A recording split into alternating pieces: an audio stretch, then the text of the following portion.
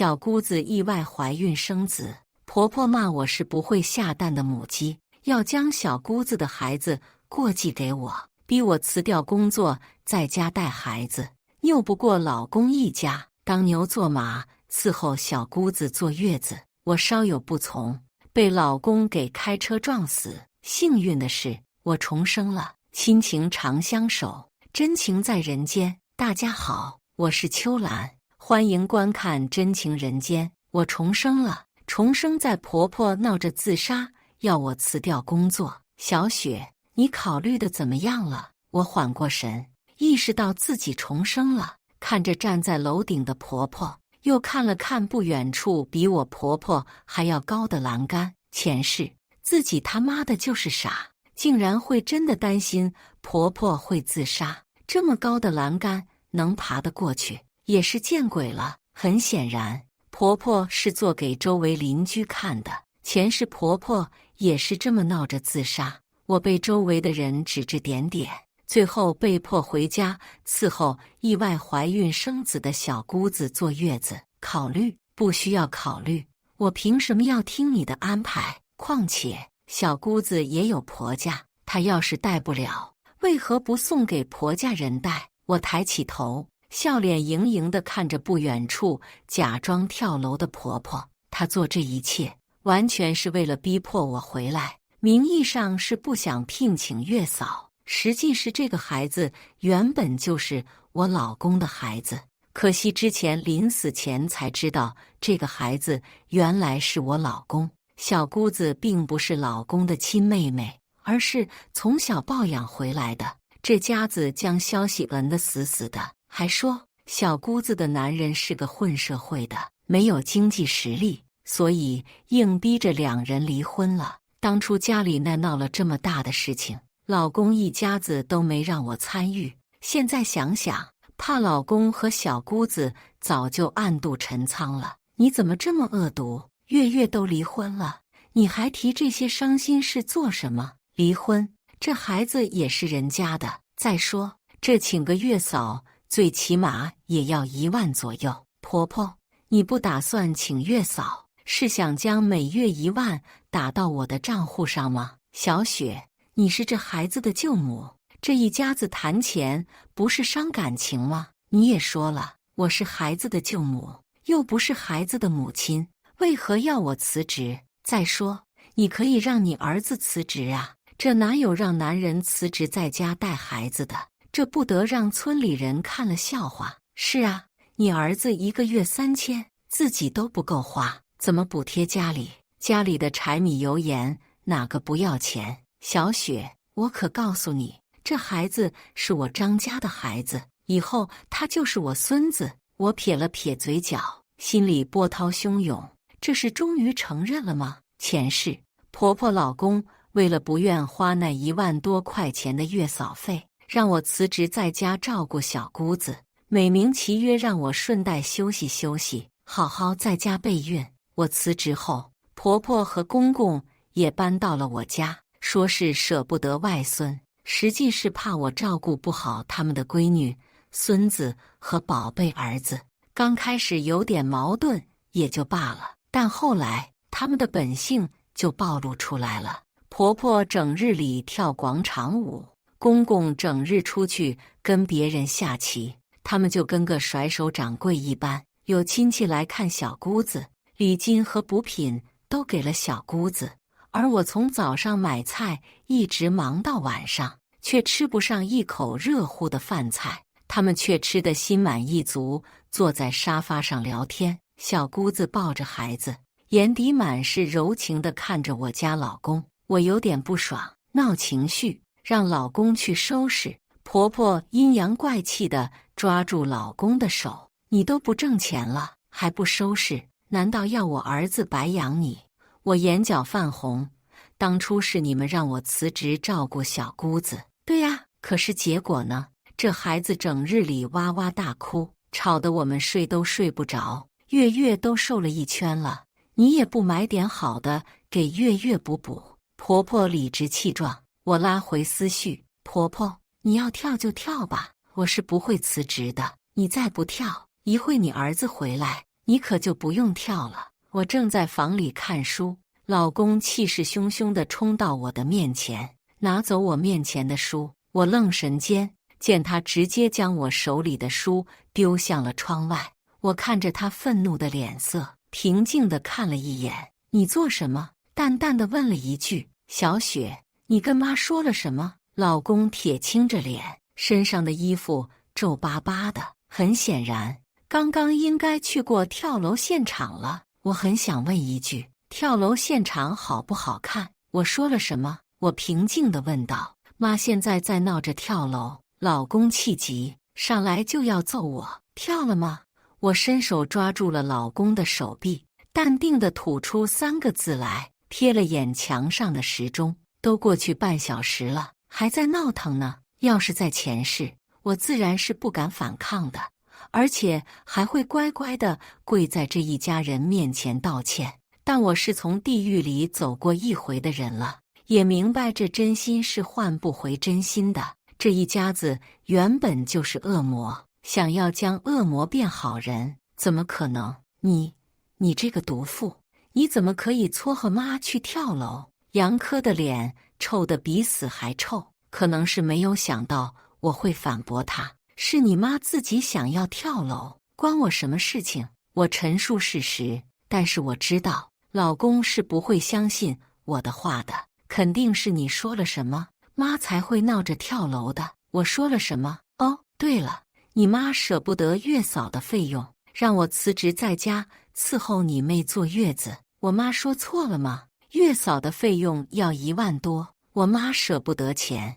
你的工资就3000左右，你不辞职，谁辞职？你呀，你的工资难道比我高？再说，日后咱们要是有了孩子，这开销，以后的事情不用你考虑。我妹都离婚了，你这个做嫂子的难道就不能心疼一下她？况且你是嫂子，你就该体谅她。为什么我是嫂子我就该体谅？那你这个做哥哥的为何不能体谅？我有点好笑，前世也是这样，说我是嫂子就该照顾小姑子，还说小姑子年纪小不懂事，不要跟小姑子的计较。她年纪小，一个25岁的人了，还跟别人不跟哥哥弄出一个孩子来，还小。你说吧，你辞不辞职？老公眉头紧皱，脸色阴沉的可怕。我不，我很慎重的点头。毒妇，我要跟你离婚。好啊，什么时候去？老娘我还不伺候了，一天天的拿离婚来威胁我，真当自己是香饽饽，谁看见都想要是吧？离就离吧，谁怕谁？这个油腻腻的中年男人，谁要给谁？老娘还不稀罕呢。我翻了个白眼，起身走了出去。整个家都是乌烟瘴气的，这会婆婆闹自杀，晚上公公回来，一家子自然继续会 PUA 自己。我拿着车钥匙，驱车赶往本市最好的酒店。前世我什么都舍不得，将所有的钱都花在了这个家里，而我得到了什么？这一世我要好好享受当下，热爱生活，热爱工作。我躺在浴缸中，享受着这来之不易的节假日。放在一旁的手机屏幕哔哩哔哩的叫个不停，我直接拉黑，进入黑名单。小雪，你今天可千万别来公司啊！第二天一大早，同事的电话就打了进来，声音中明显带着一丝紧张和害怕。我自然也听出了几分意思来，无非是婆婆，要么就是老公去我公司里闹了。前世也有这么一出，最后公司说我处理好家里的事情再说。最后因我婆婆和老公实在闹得太凶，就将我辞职了。好吧，我给公司领导打了电话，说了辞职的事情。公司领导还在挽留，毕竟我在公司里兢兢业业，这么多年也没有出过什么岔子。我让同事将我老公和婆婆闹的场景拍给我，同事直接将监控视频给了我。最后领导出面，我说已经离职了，这件事情才肯罢休。闺蜜跟我说，这种男人留着做什么？并且给我介绍了一个律师，说是打离婚关系很牛掰的律师。见面后，竟然是当初在学生会的学长刘宽。刘宽见到我时也有些意外，估计是没有想到世界这么大，在同一个城市却没有见过。我记得这个学长平日里有些沉默寡言的，很少说话，也很少跟别人打交道。但当初就有传言说刘宽喜欢我，我也只是当作是一个笑话，听完就算了，却没有想到这么一个沉默寡言的人，最后竟然当了律师。我跟他说了一些离婚的细节问题，刘宽说这是简单，他一定会给我争取最大的利益。回到家的时候，婆婆、公公、小姑子都坐在沙发上，其乐融融的。一见我回来，婆婆白了我一眼，边嗑瓜子边数落我：“哎呦，这是去哪潇洒了一个晚上，都不见人，还不赶紧去做饭？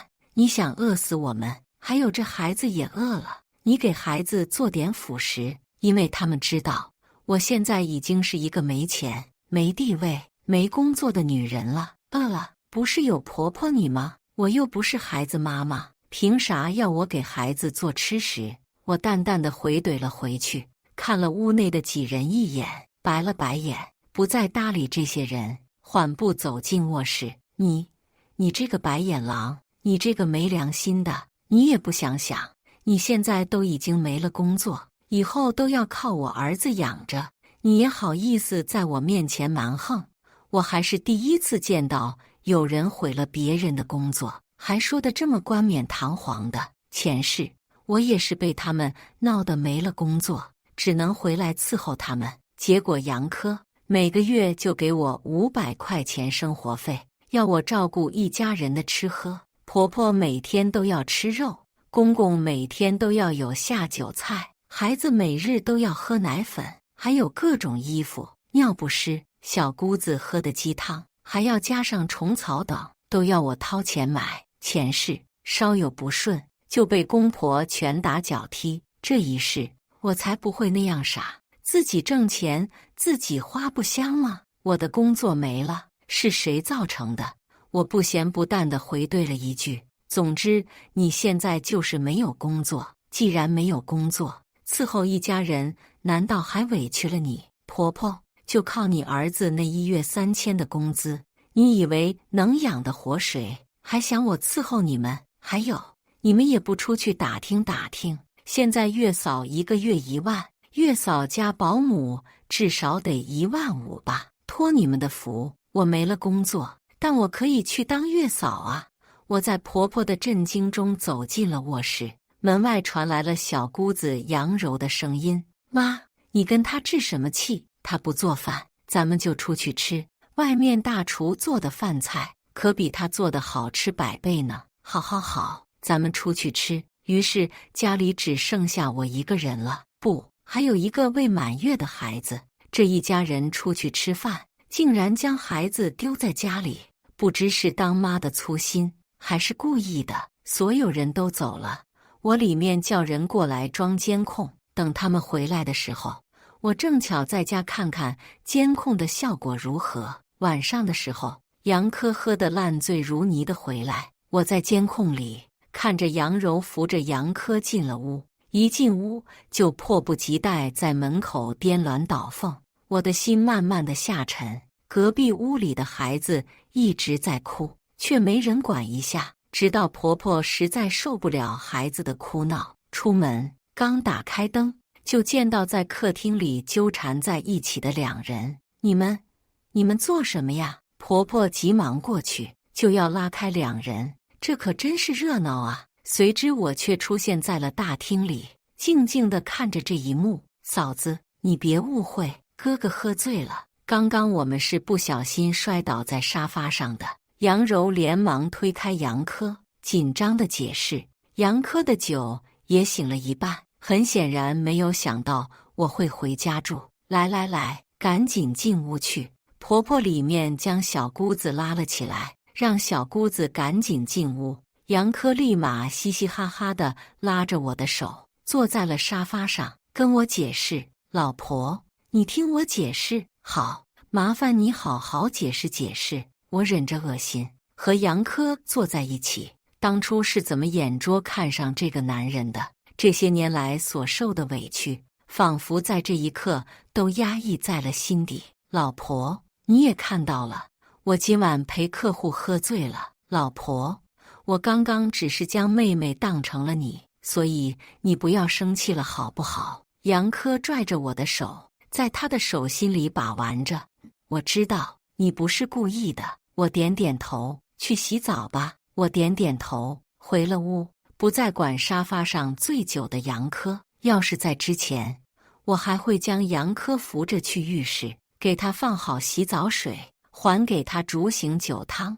但现在我什么都不会做，甚至还将卧室的门给锁了。杨科的见我原谅了他，他便倒头在沙发上睡了。半夜的时候，我看到一个身影在隔壁房间走了出来，然后扶着杨科进了隔壁的房间。浴室里，两人相拥在一起，诉说着情话。哥，嫂子那个人今天对爸妈很无理，还说当保姆要咱们给他15000一个月。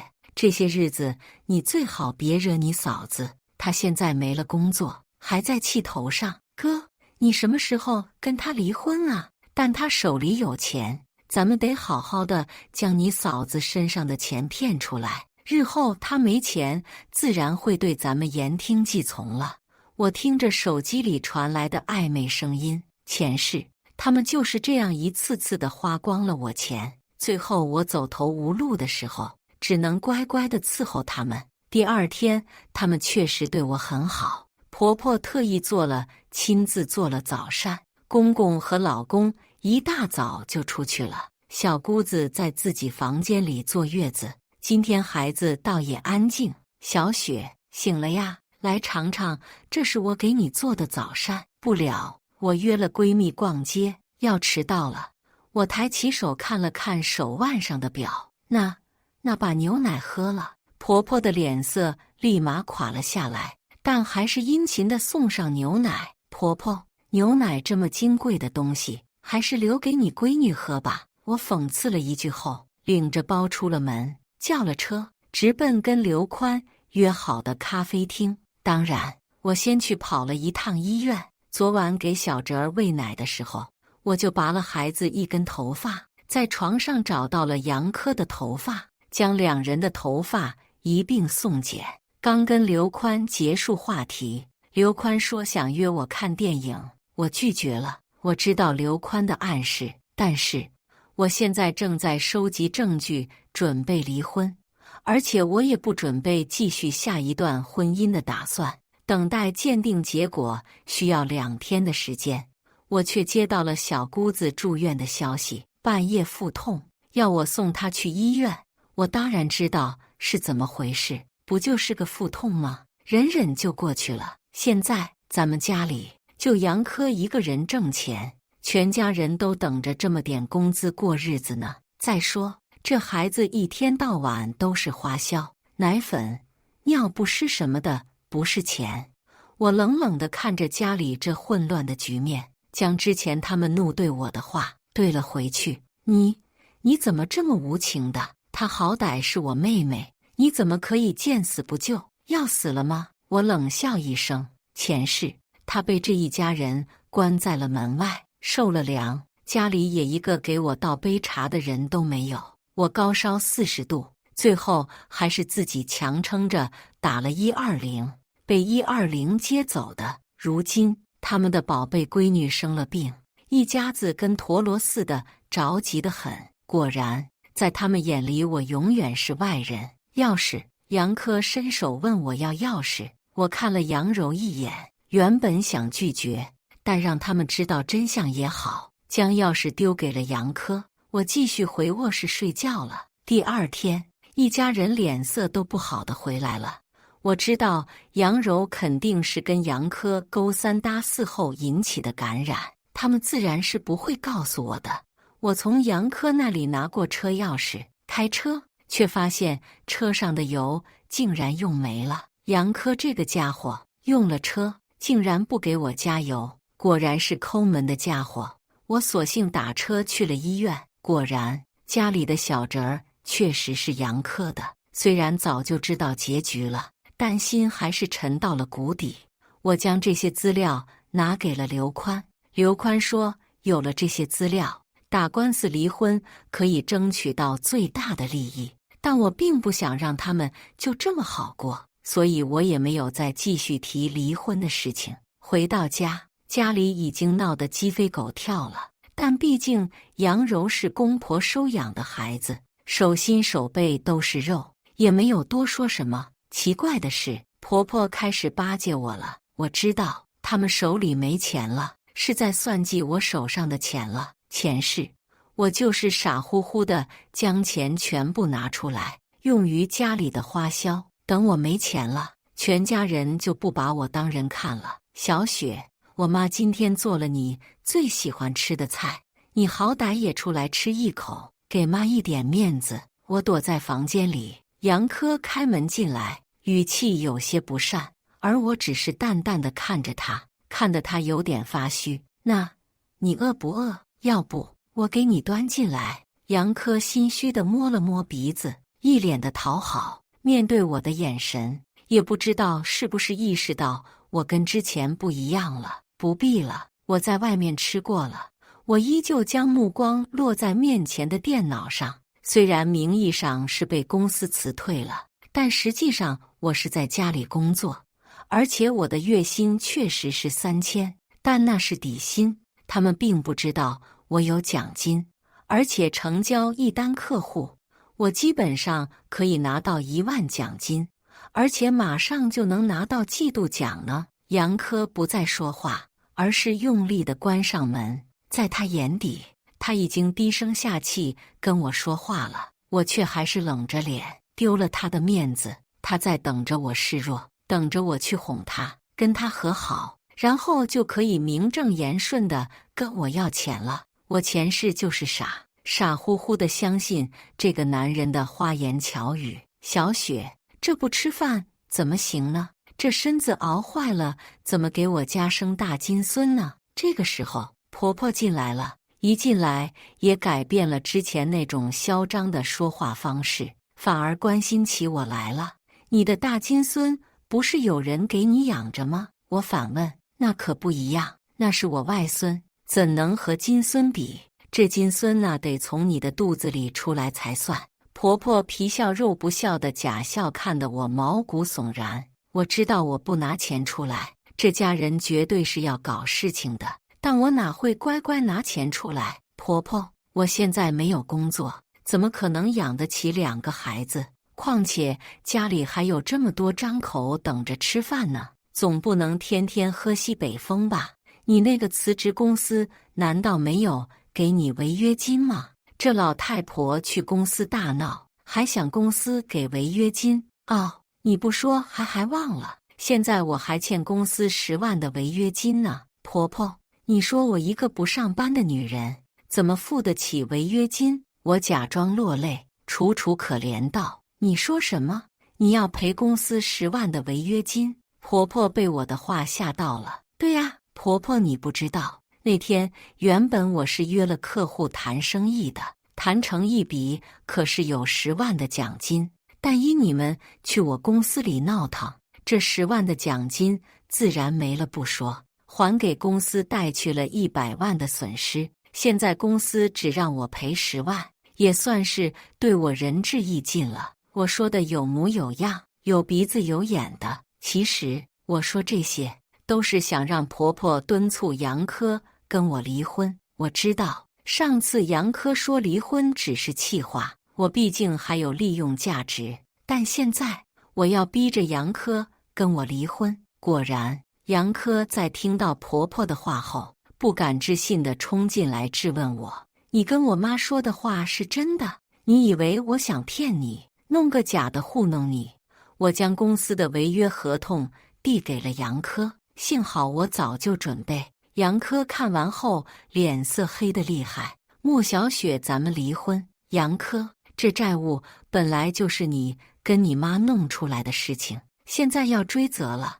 你却要让我一个人去承担，你还是不是男人？穆小雪，公司让你赔付违约金，是你自己的能力不够，即使我们那天不去，你也会被公司辞退的。别以为我不知道，你们公司在裁人，你也在裁人名单上。好，那咱们说说公司裁人吧。我被公司裁掉的话，公司还能给我3个月的工资，外加奖金。可现在呢，我不但没有工资，也没有奖金，反而还倒欠公司10万。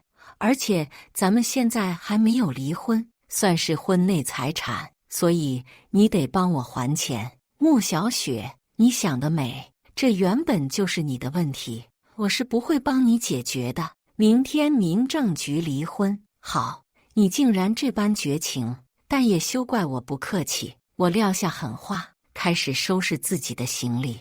我拖着一整箱行李离开的时候，婆婆和小姑子都在外面看着。嫂子，已经很晚了，你要去哪？我哥只是一时气糊涂了，所以才会说出那样的话来。小姑子的话看似挽留，其实是在幸灾乐祸。你留他干嘛？他欠了公司10万，这钱自然得他自己去还。赶紧离婚。是，我就不打扰你们过幸福生活了。不过你们最好赶紧找房子，毕竟这个房子用不了多久就会有人接手的。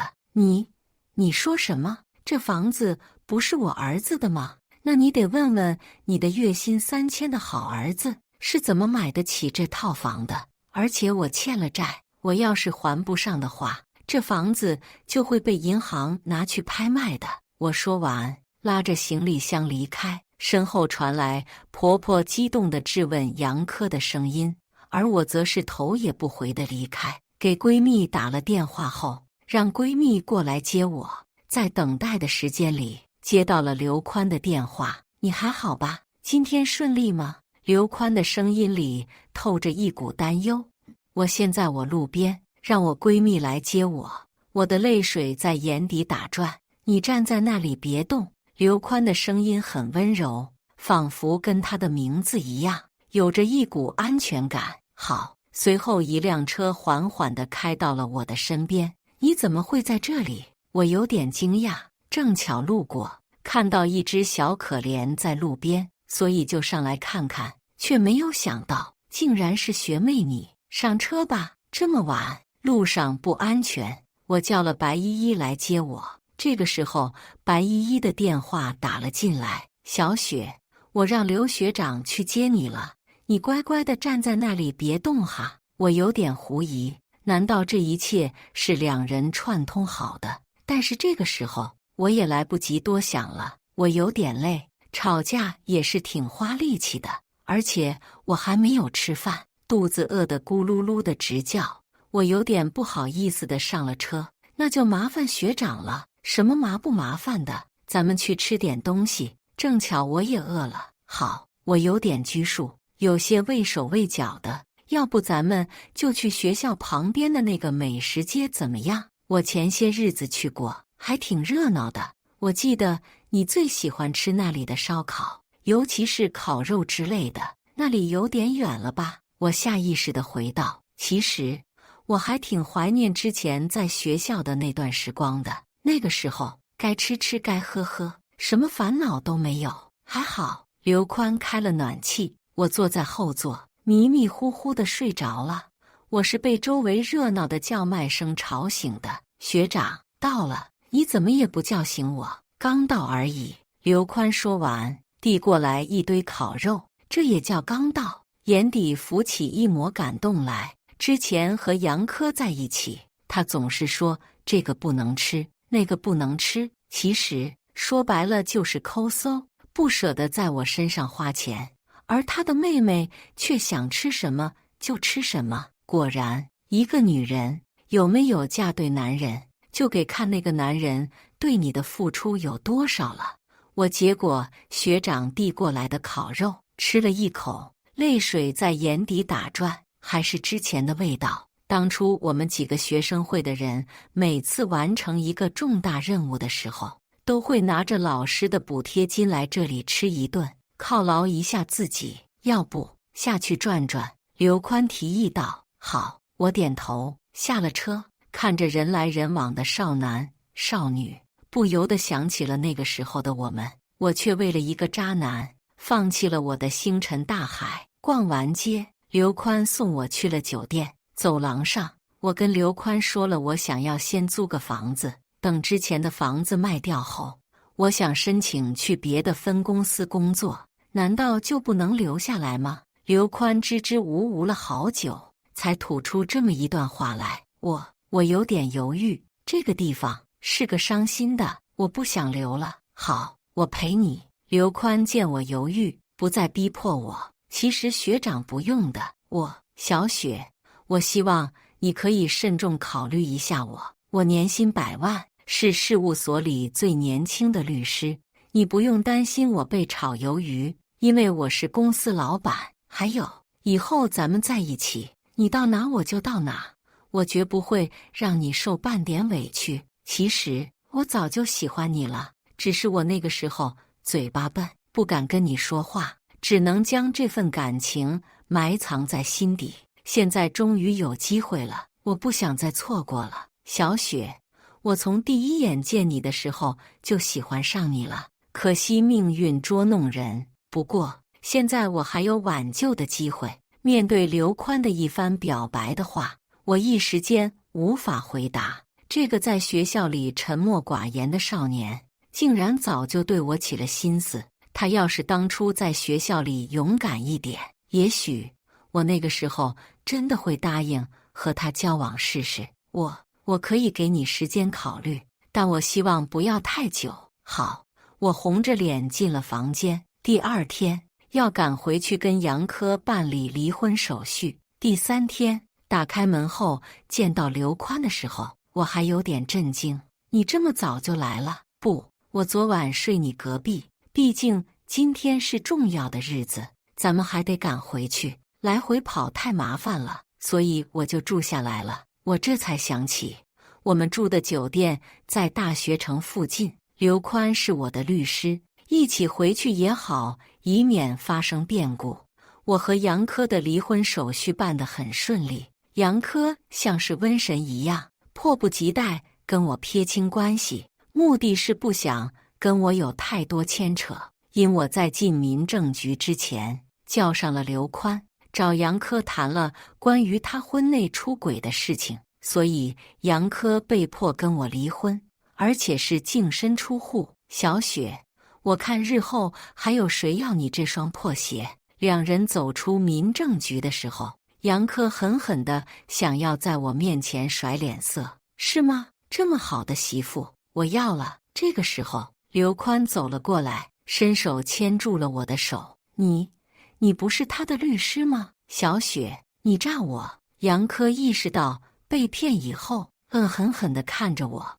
我是小雪的代理律师，也是他的学长。这次离婚原本就是杨先生出轨生子在先，这是怪不得我当事人。刘宽拿出了他的专业知识堵了回去。你们两个再见，前夫。我不想再看杨科的嘴脸。告别后离开，我没有回去拿那一套房子，而是将房子放在了网上售卖。闺蜜白依依是做售楼的，我那套房子很快就被卖了出去。杨科一家人只能被迫搬家。杨科出轨的照片被我放在了他的公司群聊里，并且将他和婆婆去我公司大闹逼我离职的事情也发在了群里。杨科一时间受人指指点点，工作自然是没了的。没了工作，一家人吃喝自然就成了问题。平日里只需要跳广场舞的婆婆，只能在家里带孩子，伺候闺女坐月子。公公平日里就爱下棋，这回出个门都被人指指点点，一家子没了收入来源。婆婆见到现在的我过着光鲜亮丽的生活，很是嫉妒。婆婆回去就说通杨科来跟我道个歉，然后将我哄回去。杨科也是个脸皮厚的，竟然找到了我的公寓。他在公寓门口跪了1天1夜，想要征求我的原谅。小雪，对不起，之前是我的错了，是我对不起你。我知道你对我还是有感情的，咱们去复婚好不好？杨科见我出来见他，以为是原谅他了，他有点激动，过来就要抓我的手，我往后退了一步。抱歉，杨先生，我已经结婚了。我伸出手，显摆了一下刘宽跟我求婚时的钻石钻戒，脑中想起我跟杨科结婚时，杨科只是买了一个超级便宜的黄金戒指。这人与人之间的区别就是不一样。你什么时候结的婚？我怎么不知道？杨科很显然没有料到自己跪了一天一夜，竟然成了一个笑话。我结婚需要通知你这个前夫吗？我将前夫2个字咬得很重。老婆，外面冷，快点进来，可以吃饭了。这个时候传来了刘宽的声音。好，我点点头，转身离开。小雪，你还是爱我的，对不对？杨科依旧不死心地追问。爱你。杨科，你爱过我吗？我的眼神愤怒的仿佛要杀人。怎么又是你？刘宽从里面走了出来。杨科看到刘宽身上的那件情侣 T 恤时，有点不淡定了，又看了看我身上的宽大 T 恤，眼眸充血。我知道杨科为什么这般惊讶，因为这 T 恤是我当年送给他的生日礼物，可惜他将我的感情丢在了垃圾桶里。当然，我们现在穿的这2件是我重新买的。杨科浑浑噩噩地离开了，而我回到了饭桌吃饭。刘宽这个学长除了在感情上有点木讷，但其余方面还是不错的，洗衣做饭、打扫家务，没有一样不会的。我都快被他宠成了小公主。我最终没有选择去分公司，在刘宽这个大律师的身份下，我拿下了公司的销售奖第1的名额。当然，这些有一部分是刘宽的功劳。果然，遇到对的人，不仅是爱情，连事业都能蒸蒸日上。从别人的口中得知，杨科借了钱给儿子办满月酒，婆婆为了炫耀，每桌花了1万块。原本想着靠礼金收回来一波，然而人家也不傻，之前给过礼金了，红包自然不会给太多，导致入不敷出。高利贷上门追债，将杨科的儿子抢走了，还看中了杨柔。杨柔被带走后，被迫接客，最后身上得了红疹，才被送了回来。杨科也被高利贷的人打成了废人。高利贷的人整日里追债，他们只好躲躲藏藏，但却在某次躲藏中，婆婆和杨柔被车撞死，公公想要理论，却被高利贷的人用刀刺死。杨科逃过了一劫，但他没了生存能力，只能在路边乞讨，最后听说是跳河自杀了。我答应了刘宽的求婚，刘宽给了我一个盛大的婚礼，这是我梦寐以求的婚礼。他还请了之前的学生会的同学一起过来庆祝。3个月后，我顺利怀孕了。1年后，我们的孩子出生。刘宽每年都会花时间带我们出去旅游。我终于明白，遇见对的人，你的人生才会幸福美满。